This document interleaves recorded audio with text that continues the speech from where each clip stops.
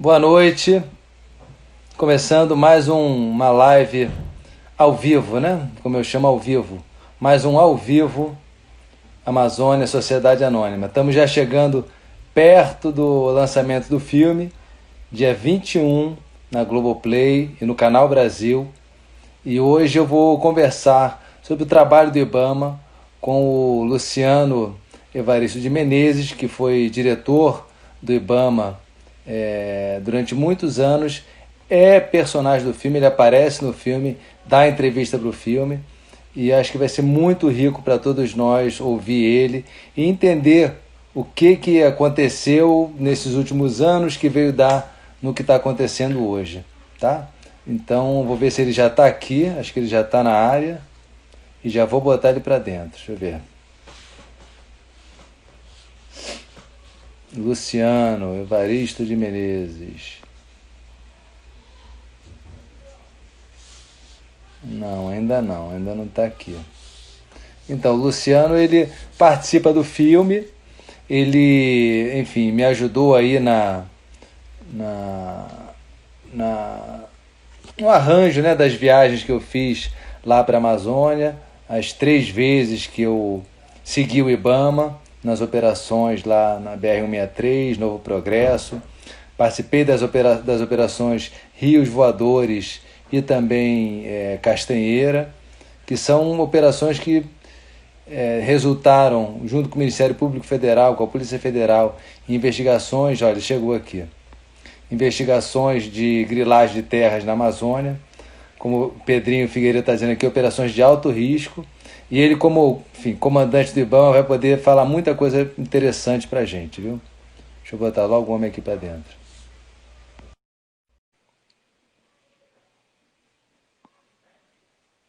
Connecting. Olha o homem aí. Epa, tudo bom, Estevam? Tudo bem, meu irmão?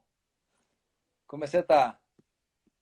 Alguns problemas técnicos aqui, eu estou no celular aqui, que o computador aqui não deu. Mas agora eu acho que vamos aqui pelo celular. Vai rolar.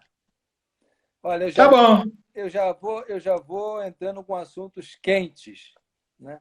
Porque até legal que você participou das últimas lives na semana passada com a Sônia Guajajara, você comentou várias vezes, os indígenas são muito importantes para a preservação da Amazônia, enfim.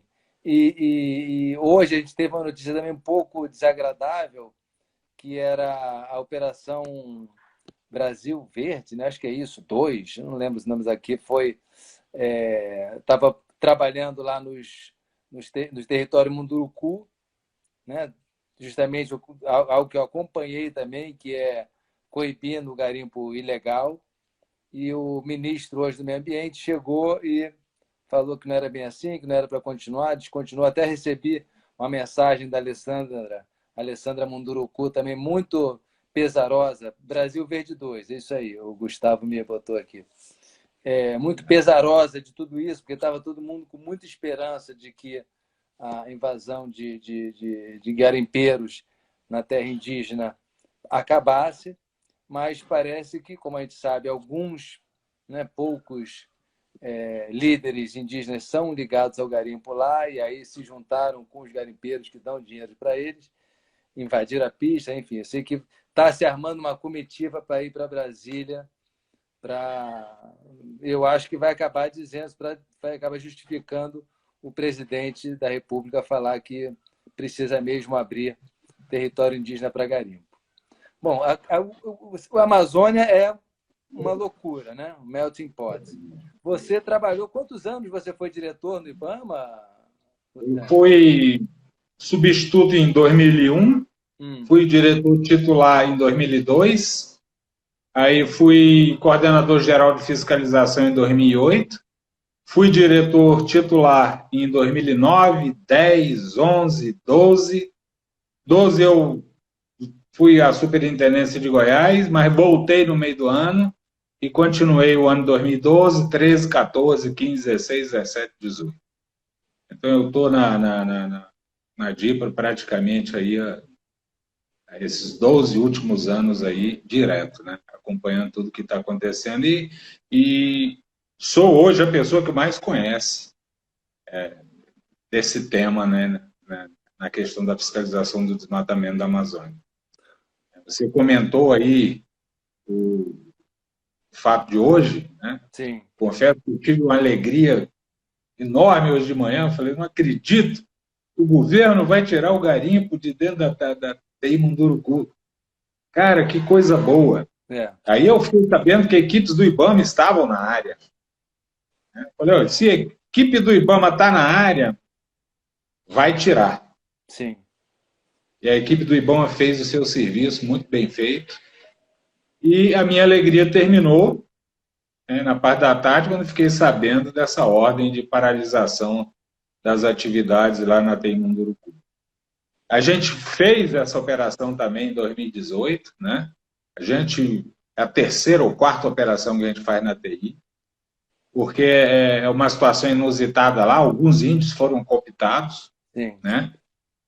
Mas é uma área extremamente difícil de se operar, é uma área que você não tem como fazer um planejamento de apreender bens, você tem que entrar para destruir os bens, ou então você morre, né? É uma área hostil, muito difícil.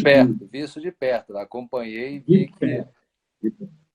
O IBAMA ele tem, assim, para operar nessas áreas, ele tem um planejamento, ele atua assim como uma unidade tática especializada, estilo guerrilha. Entra, faz rápido o seu trabalho, documenta e sai antes que a reação se volte contra os seus agentes. Sim. O Estado pequeno demais para o crime ambiental dentro da terra indígena, né? Então, assim, preocupa, sabe? Preocupa por quê? Porque o discurso oficial é garimpo, é bom garimpo dentro de terra indígena.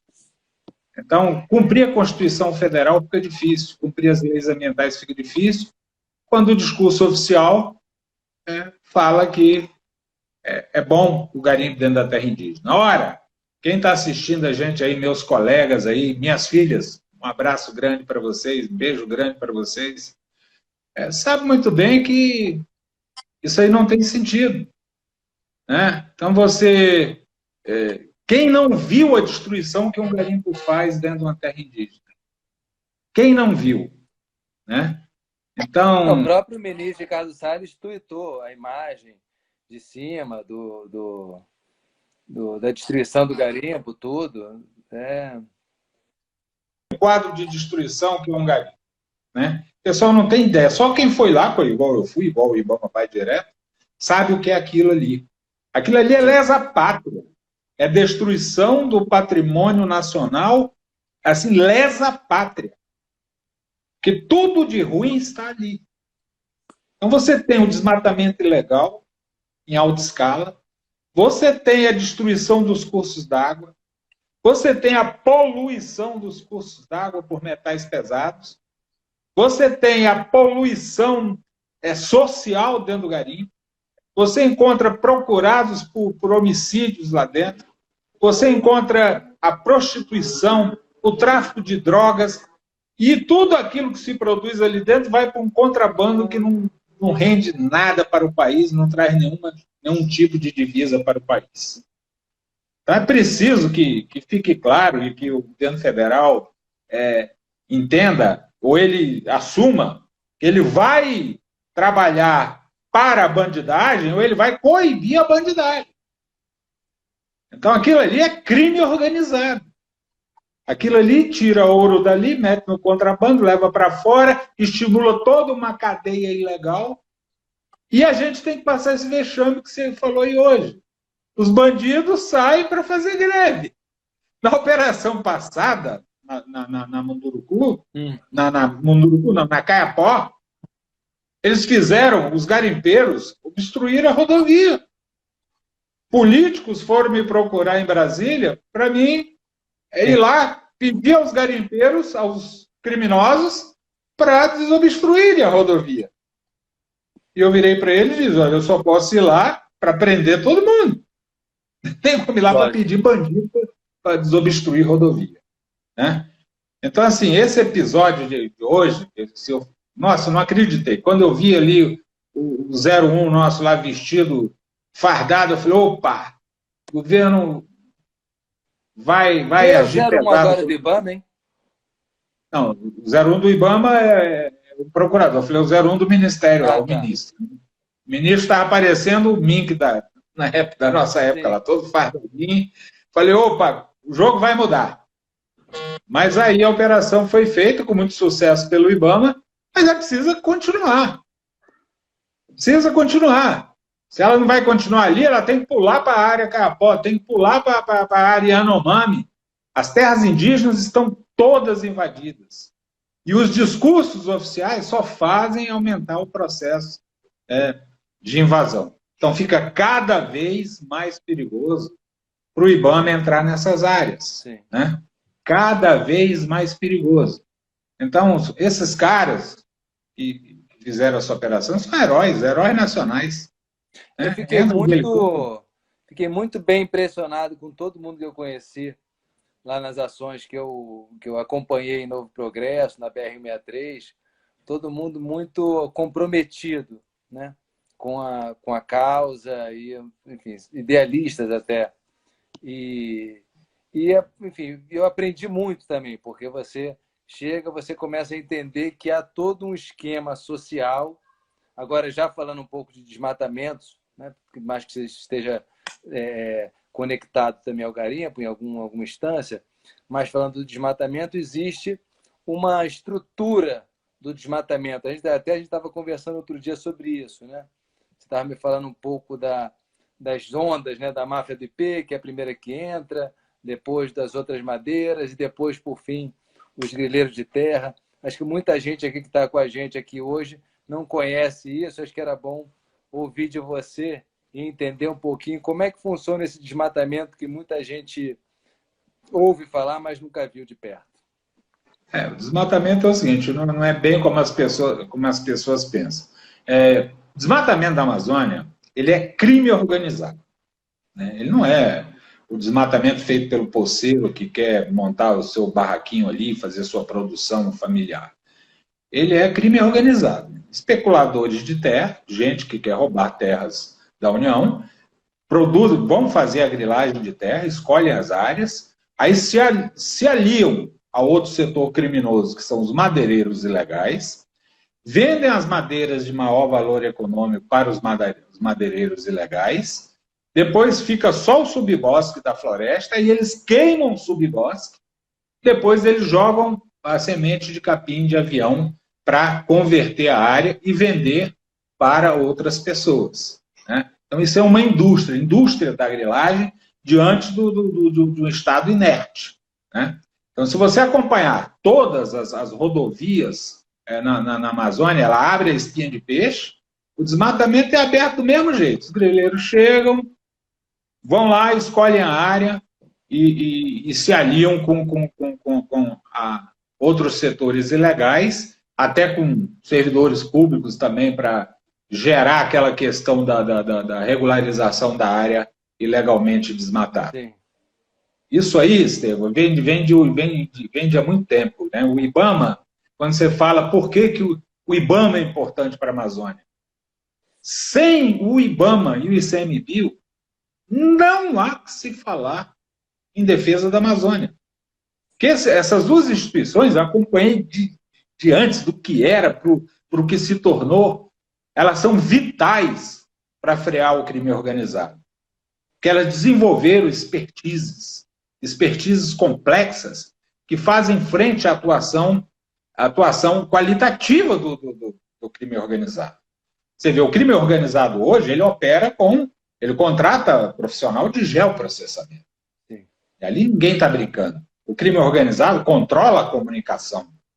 Você vê bem na BR-163, eles usam o sinal do satélite da Marinha Americana e falam entre eles em alto e bom som, enquanto o IBAMA não consegue se comunicar. Mas como assim? Como é que conseguem fazer isso? E a gente, né? Eles têm um aparelho lá, uma antena chamada, parece uma coroa de rei, ela capta o sinal da Marinha Americana, aí isso vai para um conversor, esse conversor converte em VHF e aí é distribuído em sinal VHF 5/5, como dizem os comunicadores. Eles se falam, se defendem da ação do Estado, né? Então, cada vez mais, para você conseguir combater isso, nossa, você precisa ter estratégias de atuação. A última operação que eu comandei na BR-163, eu montei a base do IBAMA dentro da terra indígena e desmontei todo o aparato de monitoramento do crime organizado. Porque lá na terra indígena eles não conseguiam me monitorar. Porque eles não são bobos de atravessar o rio e de ir para dentro da terra indígena para monitorar o IBAMA, né? E lá a gente pôde fazer as nossas ações livres daquele monitoramento, daquela pressão. A nossa base Novo Progresso é cercada de motoqueiros vigiando a gente o tempo inteiro, né? A aeronave decola, eles dizem qual é o azimuth que nós vamos, né? É uma guerra, é para quem tem condição de fazer ela, né? Então, vamos dizer, cada um tem o seu papel nessa guerra. Por que o papel do IBAMA é um papel muito mais forte?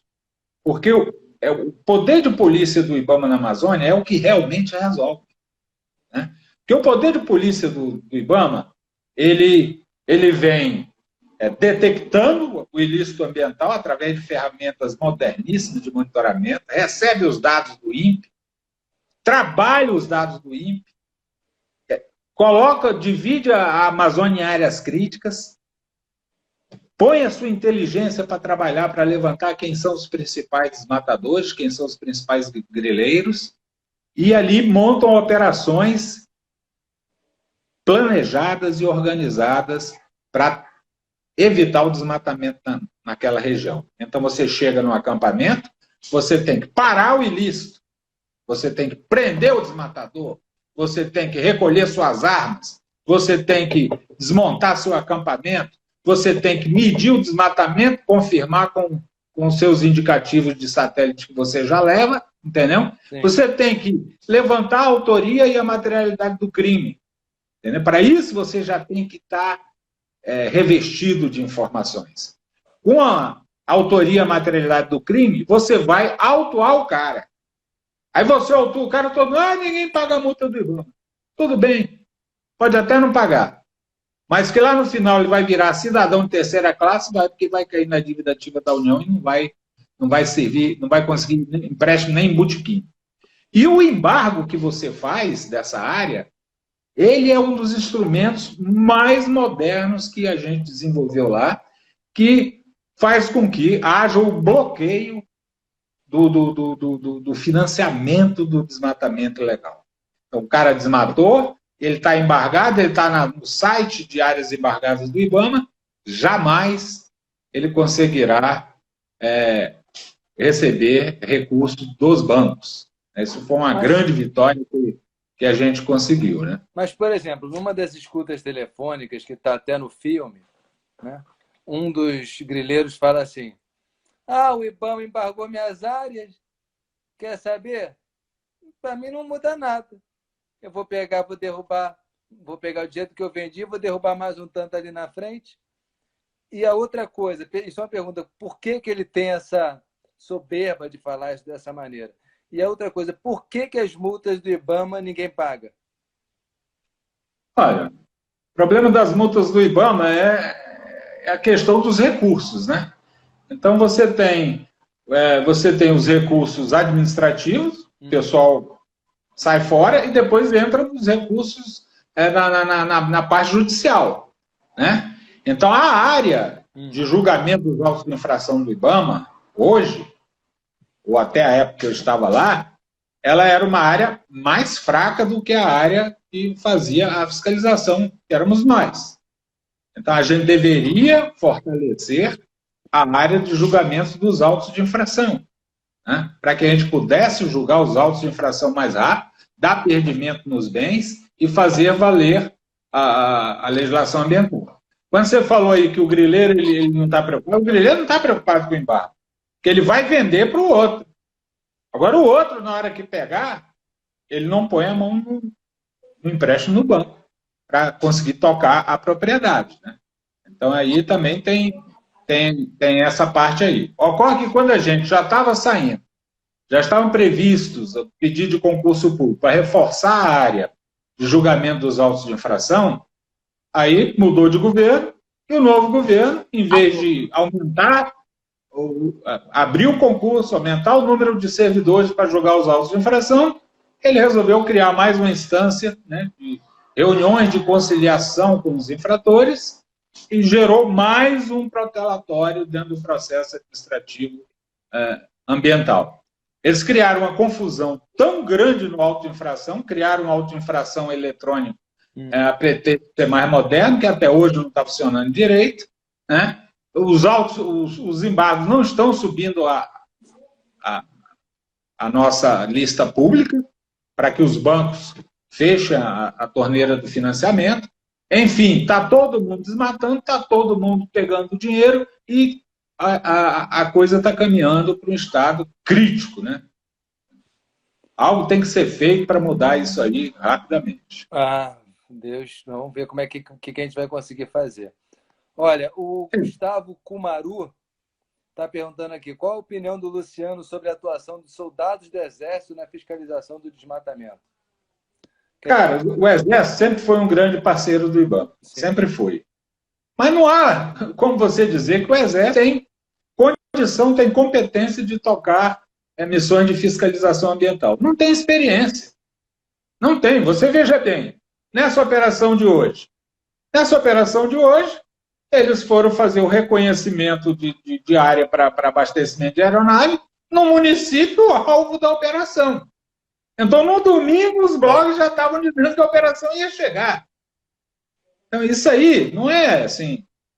Isso é falta de experiência de lidar com esse tipo de bandido. Com esse tipo de bandido, você não avisa. O sigilo, a compartimentação é fundamental para o êxito da operação. Então, jamais pode estar o Exército no comando, né, no comando de uma operação, dando o norte para os especialistas do IBAMA. Os especialistas do IBAMA têm muito a puxar. Na nossa época, o Exército vinha com as bases dele, nós é que sempre conduzimos as operações, conduzimos os planejamentos, porque conhecemos esse terreno, sabemos trabalhar, né? Temos um leque de estratégia para a gente operar. Você vê bem, hoje, você olha, tem pouca gente no IBAMA, muita gente aposentou. Mas aí o IBAMA tem operações remotas. Aí o IBAMA pega o cadastro ambiental rural, pega o desmatamento do cara lá pelo satélite, vai lá, autua ele, embarga ele remotamente, trava ele no financiamento. O IBAMA vai com o Ministério Público Federal, faz o Amazônia Protege, abre ações civis públicas contra esse desmatador, entendeu? O IBAMA tem uma operação, Estevam, que é chamada Panóptico, que é uma operação de caráter psicológico, né? Você pega o cadastro ambiental rural nas áreas mais críticas, manda e-mail para os caras que estão lá dizendo que estão sob monitoramento satelital. E que não pode isso, não pode aquilo, a lei é essa, a lei é aquela, não pode desmatar sem autorização, tal. O cara fica na janela olhando, procurando satélite. Então, nós mandamos milhares e milhares de e-mails para proprietários rurais para inibir o desmatamento. Agora, a Alessandra entrou aí agora. Falamos dela, a Alessandra Munduruku, acabou de entrar na nossa live. Beleza. Mas, assim, o que o IBAMA desenvolveu foi uma doutrina de operação, né? A fiscalização do IBAMA é especialista nisso. Ela visa o quê? A operação, ela visa dissuadir. Ou você tem que fazer bem feita, responsabilizar e mostrar para todo mundo que não compensa cometer o crime ambiental.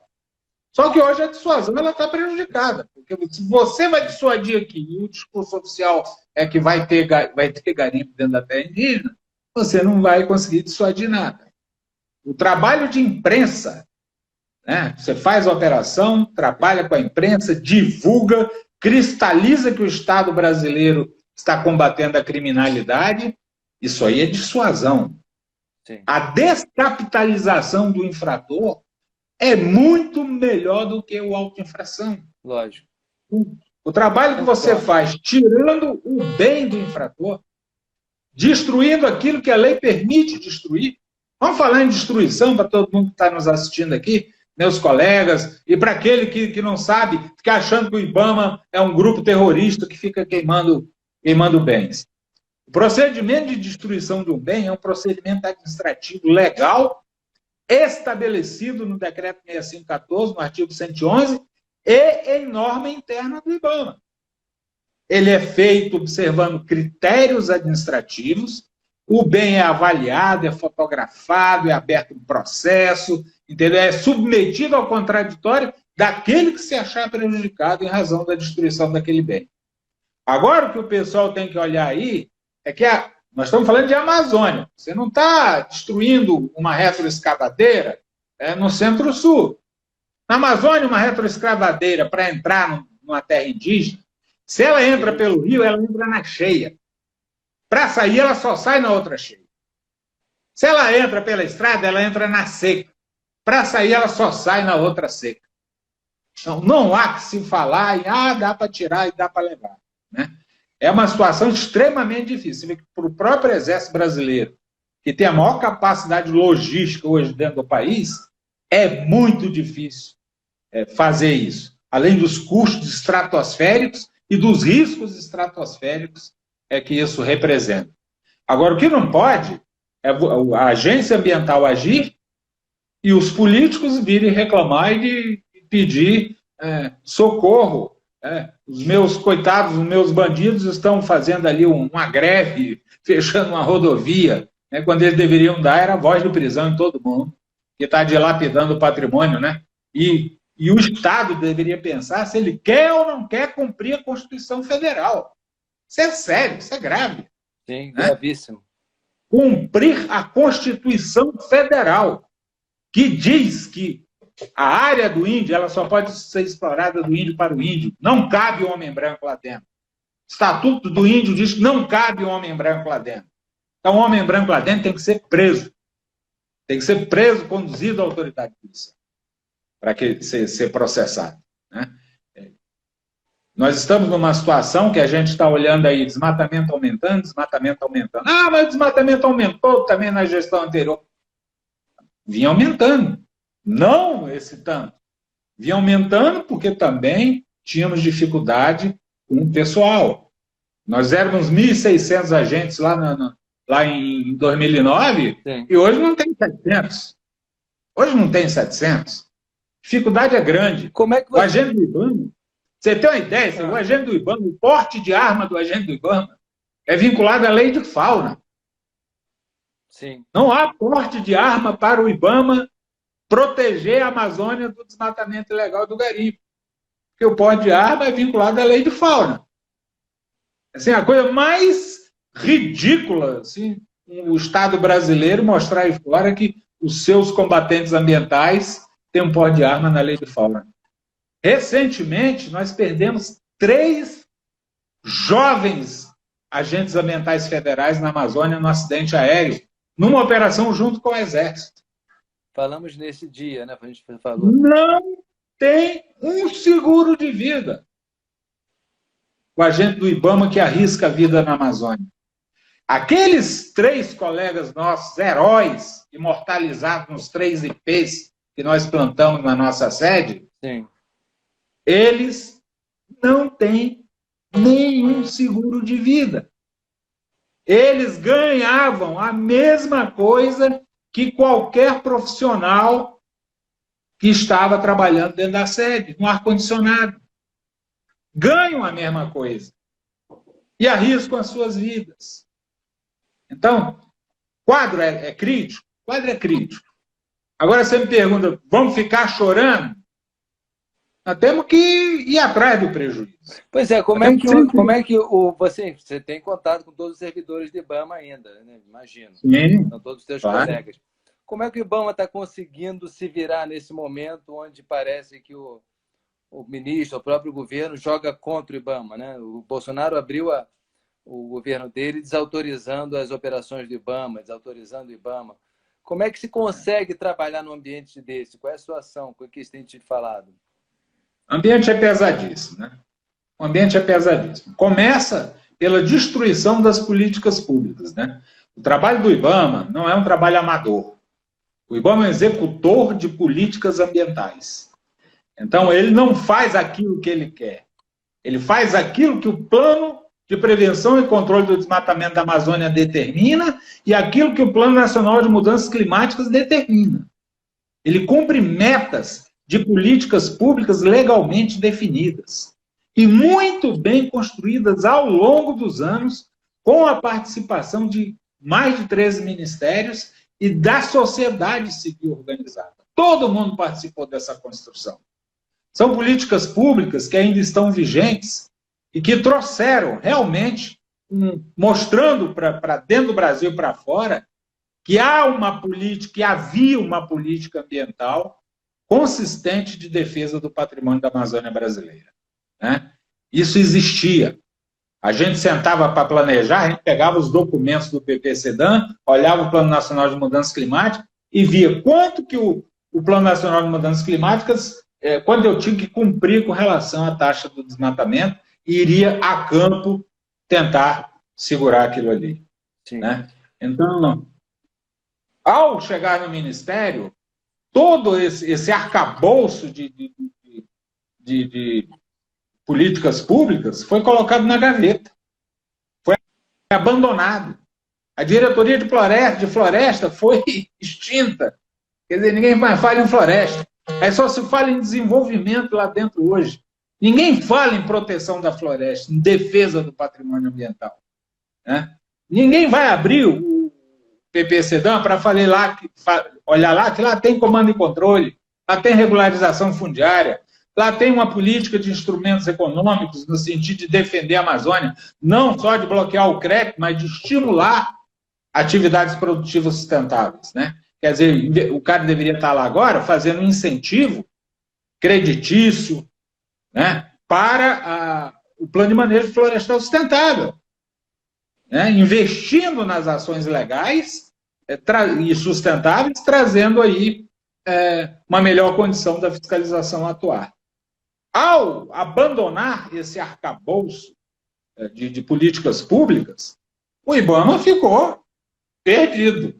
Né? O que é que eu vou seguir agora? Né? Qual é o meu norte? Né? Então, a gente faz o planejamento anual, como a gente faz todo ano, com base na nossa experiência, na nossa expertise, entendeu? Para tentar, como se as políticas públicas todas estivessem vigentes, estivessem sendo colocadas em prática. Né? Eu acho, assim, de extrema burrice. É muita burrice você pegar uma coisa que foi muito bem construída ao longo do tempo, em vez de você estimular, você ir lá e simplesmente engavetar. Você ir lá e fechar o Fundo Amazônia, gente. O Fundo Amazônia. Dinheiro público vindo para o uso na defesa da Amazônia brasileira. Né? E você vê a incompetência, hoje você está aí atrás de dinheiro, não tem um dinheiro para operar, e o dinheiro do Fundo Amazônia está lá para operar. Tanto é que vinha nos ajudando até na parte operacional. Então, não vejo por aí, não vejo problema de recursos. Eu vejo que dá para recuperar. Tirem as políticas públicas da gaveta, coloquem em ação, chamem um concurso de 2.000 fiscais para o IBAMA em regime de urgência e vamos recuperar o que já foi perdido aí nesse tempo todo. Né? E, por favor, alguém aí assine um projeto de lei e coloque um porte de arma decente para a gente defender a nossa vida lá no mar. Nos 3 últimas operações que eu participei quando eu estava na ativa, eu tive que sacar a pistola para não ser agredido, não ser atropelado por uma plantadeira. Então, assim, a coisa está muito hostil. Está muito hostil lá no campo para a gente. E assim, não vai... Né? E você não vai a lugar nenhum pegando um órgão, que nem o nosso, que construiu uma doutrina de gestão da questão da Amazônia. E você pega e coloca policiais militares para comandarem esses expertos. Policiais militares que nada contra eles, na competência deles, são excelentes, né? Mas na fiscalização ambiental não tem experiência, não tem condição de comandar, não tem o respeito da tropa. Não tem o respeito da tropa. Entendeu? Agora, Luciano... É assim para eles, com todo respeito, eu digo, queria um dia eu chegar lá na PM lá de São Paulo e dizer, ó, vim aqui comandar a PM de São Paulo. O que aconteceria comigo? E isso acontece dentro do IBAMA, porque nós construímos uma agência de Estado. E quando a gente vê cair um monte de paraquedistas para comandar o IBAMA, a gente sente assim muito triste com tudo aquilo que a gente construiu e vem sendo destruído e que uma hora vai ter que ser reconstruído. Sim, vai ter que ser reconstruído. Você não tem jeito. Não há futuro sem defender a Amazônia. Não há. Quem não tiver essa visão hoje está só perdendo tempo. A Amazônia está ali. O desmatamento, você sabe onde está. Todo o desmatamento que foi feito nesse último período, ele vai queimar. Ele vai queimar. Já está queimando, né? Já está queimando, mas ele vai queimar no resto de agosto, setembro, entendeu? Tudo que derrubaram para converter vai queimar. Agora, deixa eu te falar uma coisinha. Eu achei muito bacana você, enfim, diretor do IBAMA, ex-diretor do IBAMA, nas últimas lives aí, enfim, né, especificamente na última, você ter falado das terras indígenas como fundamentais para a importância. Porque a sensação que eu tive lá, por mais que haja um monitoramento do território, um monitoramento inteligente, é enorme. É uma terra, uma floresta gigantesca. E você ir por terra para tentar pegar alguém, aí quando fica de noite, não dá para ter helicóptero. Enfim, é quase, não sei se é exatamente isso, mas é quase agulha no palheiro. E você falou aqui algumas vezes nas outras lives da importância das terras indígenas. Eu achei isso muito sintomático, foi um pouco a sensação que eu tive lá. Falei, se não é... Porque assim, minha sensação é que o IBAMA é para coibir, e para pressionar e para dar o exemplo. Mas quem, de fato, no dia a dia vai tomar conta da floresta é quem vive dentro da floresta.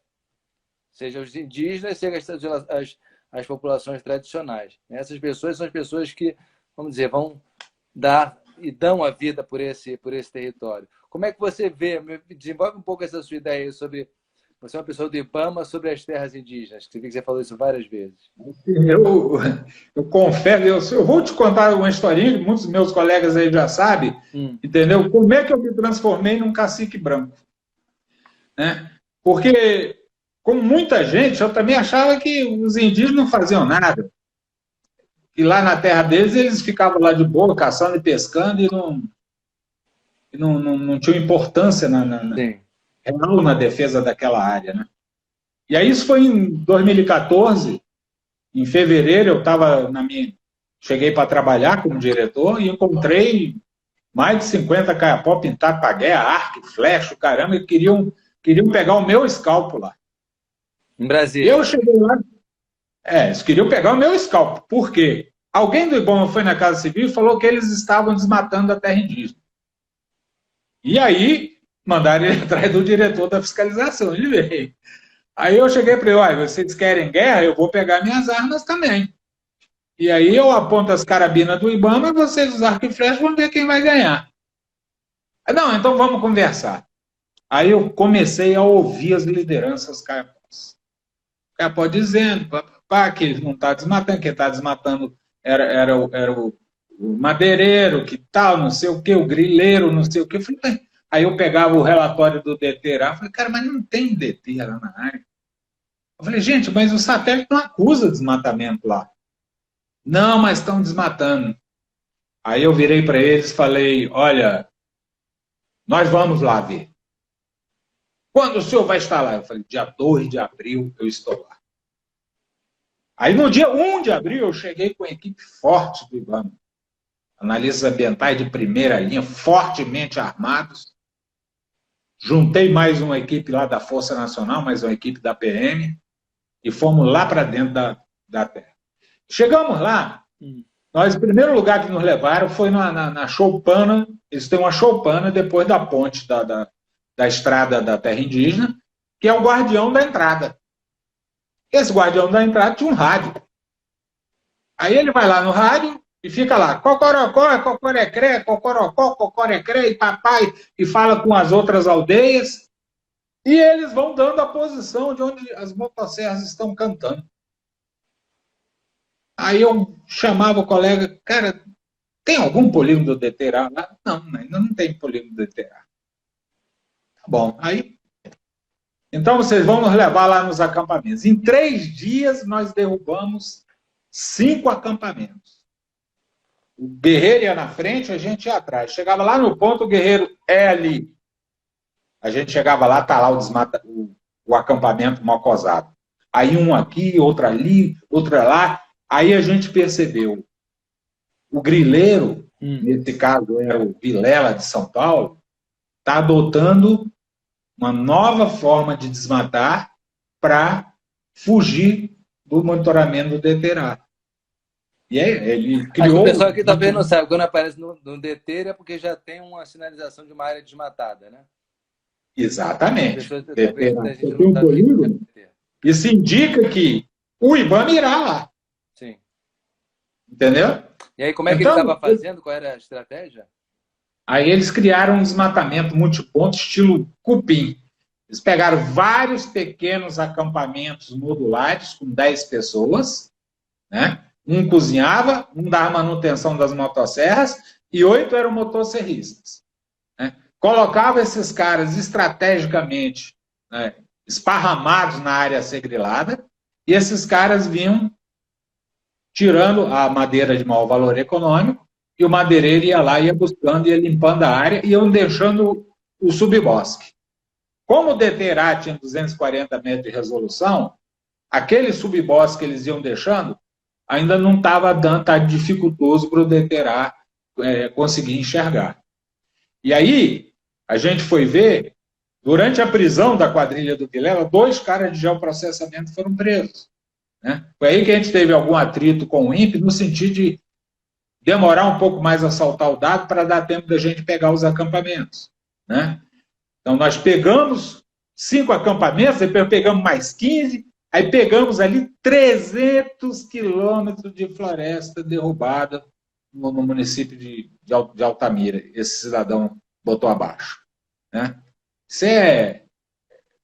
Que loucura. Não dá nem para explicar o que significa isso dentro de dano. Né? E, a partir daí, o INPE foi desenvolver o DTB, melhorou a acuracidade do... Só uma coisinha. Quem quiser conhecer essa história aí, bota na internet aí, pesquisa o Grileiro dos Jardins. Aí você vai saber quem é. Exatamente. Aí isso mostra que a história desmatamento é crime organizado. E uma coisa inusitada, né, que esses índios nos levaram lá, e a gente prendeu 44 pessoas, tomamos o termo de declaração das 44 pessoas, estavam sob regime de trabalho escravo, né? Montamos todo o trabalho de polícia do IBAMA, os autos de infração, tudo apurando materialidade e autoria, e encaminhamos à Polícia Federal, que abriu o IPL, depois chamou a Receita, né? Chamou o MPF, e aí saiu a grande Operação Rios Voadores. Ela era a Operação Caiapó, quando eu fui lá. Ah, tá. No dia da coletiva de imprensa, eu fui o último a falar, eu falei, olha, gente, eu agradeço a todos aqui que participaram e que a gente conseguiu derrubar essa quadrilha do Vilela. Mas os grandes responsáveis foram os índios caiapós. E mesmo sem deter, eles nos levaram a gente onde estava o desmatamento. Aonde estava. E você tem uma ideia, nós estávamos num acampamento pedindo para os caras recolherem as motosserras. Um cara disse, não, eu não tenho motosserra. Eu falei, cara, não tem motosserra. Aí eu falei, então você vai ficar aqui com esse guerreiro Caiapó até você resolver entregar para ele. Ele olhou para o guerreiro Caiapó, pintado para a guerra, falou, não, eu vou pegar a motosserra. Então, você vê como isso é, sabe? Esses índios lá, eles têm ele se impõe na defesa da terra, né? Ali eu percebi, cara, temos que trabalhar com esses caras. Aí, imediatamente, eu mandei contratar 2 brigadas lá, uma na Baú, uma na Micranotília. Botei a farda do prédio de fogo, treinei os caras, botei eles como brigadistas do IBAMA. Aí comecei a enxergar uma coisa, Estevam, assim, os índios controlam na Amazônia algo em torno de 1 milhão de quilômetros quadrados. É uma loucura, é muita coisa. Cara, tu imagina se você, Estado, em vez de gastar um pouco menos que 2 Minas Gerais. Minas Gerais são 580 mil quilômetros quadrados. Você, Estado, em vez de gastar imensas fortunas com grandes operações de proteção, se você contratar os índios. Eu fiz esse teste lá na 163, né? O garimpo entrava na Baú, no meu WhatsApp já aparecia o garimpo que estava entrando, georreferenciado, solicitando providência de retirada do garimpo, vindo pelo Instituto Cabu, dos índios da BR-163. Dali eu dava uma ordem para o helicóptero ia lá e destruía o garimpo que estava entrando e prendia os caras que estavam lá e levavam para a autoridade policial. Quer dizer, eu olhei, cara, esse microexemplo, não é um microexemplo, só esses caras dessas 2 aldeias defendem... exemplo, né? É um exemplo, mas um exemplo de 6,5 milhões de hectares de floresta íntegra. Não tem onde o helicóptero cair. Não tem onde o helicóptero pousar. Não tem. Se tiver... Foi autorizada a abertura de uma estrada lá para a saúde indígena lá, você não vê mais a estrada. A floresta já cobriu. Você anda na sombra por baixo dessa estrada. É um patrimônio assim incalculável e você olha e está na mão desses caras. E esses caras sabem fazer. Olha e só. O homem branco. E assim, tem um ou outro que quer cortar? Tem. Mas a maioria quer primar, quer defender, quer manter a floresta em pé, quer manter a terra em pé. Não, como diz outro, maçã podre tem em todo lugar, isso não tem jeito. Quando eu vi a Soninha Guajajara, sim, falei, cara, a minha ideia para ela era mesmo contratar, a gente podia pegar aqueles guardiões lá e contratar esses caras, entendeu? Para serem os olhos da União Federal naquela área lá. E intimidar esses madeireiros que ficam lá dentro. Você vê, eu vi ela falando e disse, eu ia dizer assim para ela e acabei não falando. O IBAMA derramou seu sangue na Araripe. O chefe da fiscalização do IBAMA foi atingido com um tiro de espingarda, defendendo a terra indígena. Ali não é brinquedo. Ali é crime organizado, são assassinos de primeira. Então não tem como o índio fazer frente daquilo sozinho, nem tampouco o IBAMA sozinho. Agora, se você pensar que no Maranhão não tem mais floresta fora da terra indígena, quer dizer, está fácil. Você chega no município, tem madeira da terra indígena dentro da serraria, pode destruir todas as serrarias. Porque tudo é ilegal. Não há floresta fora da terra indígena. Então, se a gente colocasse uma política de trabalhar com os índios, capacitar esse pessoal, colocar esse pessoal como um sistema de monitoramento mais alternativo ao do satélite, olhando mais no chão, né? A gente defenderia aí de cara 1 milhão de quilômetros quadrados de floresta aí com muito mais eficiência e com um custo muito mais baixo. Eu tenho certeza que o Fundo Amazônia poderia contratar todos esses índios de todas essas terras indígenas para esse trabalho de monitoramento, né? Então, olhar essa floresta de maneira diferente. Uns enxergam ela detonada pelo garimpo. Enxergam ela cheia de soja. Nós enxergamos ela cheia de árvores, cheia de vida, cheia de animais, cheio de sequestro de carbono, né? Cheio de mecanismos que você pode trabalhar para trazer recursos em função do carbono que ela sequestra. O que mais me dói, Estevam, é que a gente fica aqui no Centro-Sul, está aqui, ó, em Goiás, Daqui a pouco, racionamento de água. Você está em Goiás? Por quê? A secretária vai todo dia na TV dizer, vamos economizar, senão nós vamos racionar, vamos economizar. Por que isso? Porque a chuva que vem lá da Amazônia pelos rios voadores não é mais aquela chuva de antigamente. É verdade. Entendeu? Sabe que eu estou discutindo muito isso, mas é uma loucura, porque tem uma turma de negacionistas aí forte, né? Porque isso é você entra numa discussão, não consegue conversar, porque acham que isso é papo de comunista. Não tem nada a ver com comunista, filho, tá? O negacionista só está trazendo, cada vez que ele continua na pauta, mais prejuízo ele vai trazendo. Sim. Então, a crise hídrica nos estados cada vez está ficando mais grave. Cada vez mais grave. Né? Sendo que a gente pode usar os serviços ambientais da Amazônia, em primeiro lugar, para cuidar da nossa qualidade de vida. A qualidade de vida dos brasileiros, do agronegócio, entendeu? Da nossa economia, das nossas cidades. E, em segundo lugar, cuidar da qualidade de vida do planeta. Obviamente, trazendo as devidas contribuições dos países que estão sendo beneficiados lá fora. Esse que deveria ser o discurso. Buscar mais apoio externo à conservação da Amazônia brasileira. Você me falou que você está fora do IBAMA, agora da corporação, mas está disposto a voltar, né? Eu estou aqui, não aguento mais ficar aposentado. Está se coçando. Já vou pedir retorno ao serviço ativo e não sei se o pessoal vai querer me receber de volta. Tem que receber. É um trabalho assim que... Você olha, o salário é mesmo. Você é apaixonado por isso, é muito bom te ver. Não, é a galera todinha que está assistindo a gente aqui. Esses heróis, caras são tarados. Não tem ninguém que é comunista, que é um bando de cara tentando defender a natureza. É um bando de cara querendo cumprir as leis ambientais.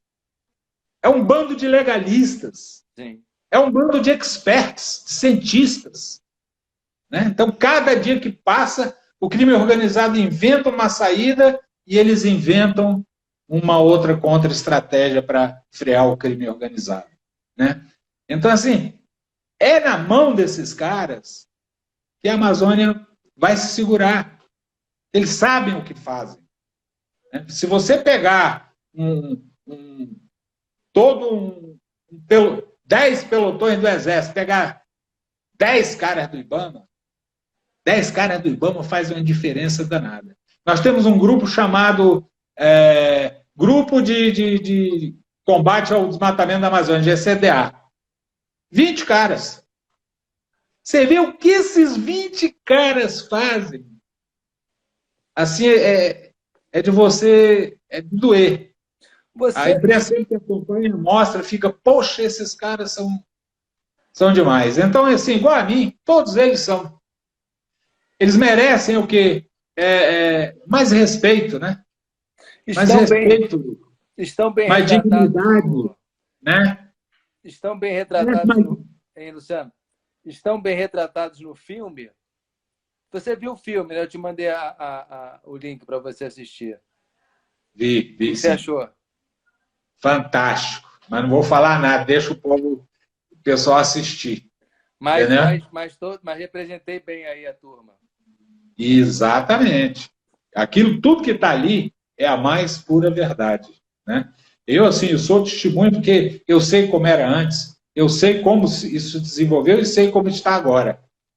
Então, numa grande operação de combate ao desmatamento em qualquer lugar da Amazônia, o criminoso levanta a faixa e grita fora IBAMA. Ele não fala fora polícia, fora exército, é fora IBAMA. Entendeu? Que é o IBAMA que vai dar consequência a conter aquele tipo de desmatamento. Todos os órgãos têm as suas atribuições, são importantes. Quando a gente olha agora, isso que a gente está vendo aí, a gente precisa alertar o pessoal para fazer combate. Quer fazer combate? Faz combate qualificado. Não dá para sair dando uma pancadinha aqui, outra ali. O combate tem que ser qualificado. Não dá para me dar uma batida na Munduruku sem eu lá derrubar a quadrilha dos contrabandistas de ouro. Lógico. Eu tenho que trabalhar junto com a PF, sentar lá com o Ministério Público Federal, com a Receita, entendeu? Com o DNPM, e derrubar a quadrilha que opera isso aí. Senão, você vai ficar enxugando o gelo o resto da vida. Você viu com a prisão do Castanha, Novo Progresso, nós tivemos no mês seguinte uma redução de 60% do desmatamento na 163. Então, isso é vital. Você quebra a cabeça, corta a cabeça da serpente. E ali você consegue paralisar a atuação ilegal por muito tempo. Foi o caso do Vilela também. Nós vimos continuar nessa seara de derrubar as quadrilhas do crime organizado. Agora, para isso, é preciso que o governo decida. Decida defender a Amazônia. Tem que decidir. Pode até ser que não queira, mas se decidir fazer... É verdade. Pode até não querer, mas que faça, né? Que faça, porque tem os instrumentos legais, tem o pessoal, entendeu? Só faltando colocar gente, abrir concurso público, renovar os quadros do IBAMA, entendeu? E dar uma melhor condição de trabalho para o nosso servidor. Não posso botar um servidor que morre queimado dentro de um avião. Não, o servidor morreu queimado dentro de um avião. O direito que ele tem é para o hospital do SUS. O sobrevivente lá, se não fosse aeronáutica, ele iria parar no hospital do SUS para ser tratado. Nada contra o hospital do SUS, mas não tem expertise em queimados. Entendeu? Então, assim, é preciso dar mais condição para o cara poder sair para trabalhar. Sabe? Dar uma gratificação decente para o cara sair de casa e se arriscar. E dar o seu porte de arma de acordo com a lei, com a importância que ele tem. O cara do IBAMA, ele precisa se defender não só lá no mato. Quando ele chega em casa, ele está correndo o risco de ser assassinado. Porque ele contrariou interesses econômicos terríveis. E ele pode ser objeto da retaliação. Né? Então, eu pedi para dar esse olhar para os agentes públicos. Não somos comunistas, não somos esquerdistas, somos servidores públicos federais, concursados, capacitados para o cumprimento da legislação. E em nosso coração aqui está a defesa da Amazônia é uma prioridade. Até o cara que já morreu quer sair da cova para voltar para envergar essa farda gloriosa e fazer a diferença. E os índios são nossos parceiros. Mande o meu abraço lá para a Soninha. E, cara, se eu pudesse, eu trabalharia com todos os índios da Amazônia brasileira.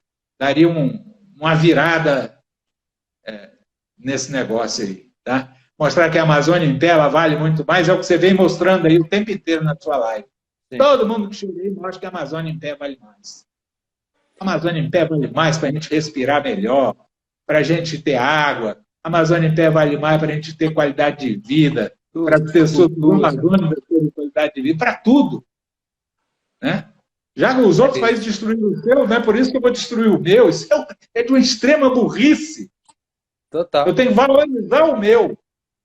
Temos que usar isso para nosso benefício, total. Isso. É isso que a gente está lutando. Meu amigo, estamos chegando aqui já finalmente, temos 1 minuto aqui, apenas passou voando essa nossa live de hoje. Você, um convidado mais que especial, uma pessoa fundamental para a realização do filme Amazônia Sociedade Anônima, para a série também, que desde ali a gente estava junto. Então, eu queria te agradecer demais por essa participação e dizer que você é uma inspiração para todos nós. O Wilson Rocha Cardoso está mandando aí, volta, chefe. Deve ter muita gente boa nessa live aí nos assistindo, tá? Te dou as últimas palavras aí, faltam 30 segundinhos. Pois é, Estevão, eu queria agradecer você, toda a sua equipe, o trabalho que você vem fazendo e vem nos ajudando nessa tarefa grandiosa que é defender a Amazônia. Mas o meu agradecimento é para esses caras aí, ó. Esse Wilson, a Malu, esses caras aí, O Bruno Barbosa, quando eu lembro do Bruno Barbosa aprendendo a cavalgar para fazer a Operação Boi Pirata na Amazônia. Muito bom. Sabe? 10 segundos, hein? Caras do GEL que vão lá, que mede a velocidade de crescimento do polígono,